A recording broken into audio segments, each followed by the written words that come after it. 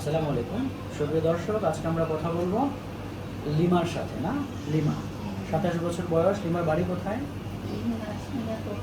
10 মিনা পটুয়াখালী। তোমার এই যে গিটে গিটে ব্যথা, এটা কত বছর ধরে?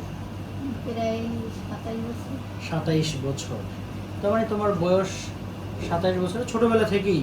ছোটবেলা হইতে 15 বছর বয়সে আমি ভালো ছিলাম। হুম। আমার নিজের চোখেই দেখছি ভালো ছিলাম, কিন্তু হঠাৎ মানে কি যে দেখার পরই যে এমনি এরকমই হয়েছে নিজেই বলতে পারবে না, গিট ব্যথা শুরু করে। আর তোমার এই যে একটু শ্বাসকষ্ট হচ্ছে, এটা কতদিন? তাও প্রায় মনে হয় 5-6 বছর। 5 থেকে 6 বছর।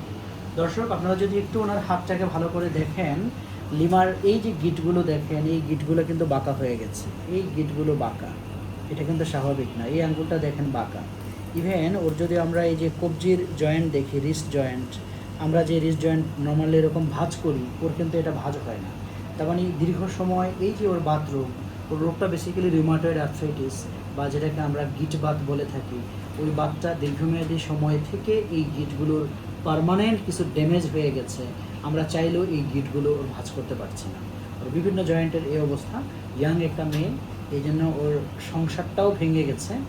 ইভেন এই রিউমাটয়েড আর্থ্রাইটিস বাতে ওর ফুসফুস অলরেডি আক্রমণ করছে।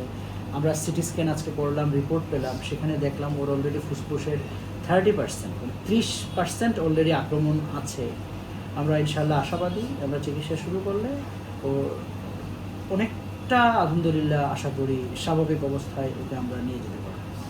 সচেতন থাকলে আমরা এ ধরনের জটিলতা এড়াতে পারি। ধন্যবাদ।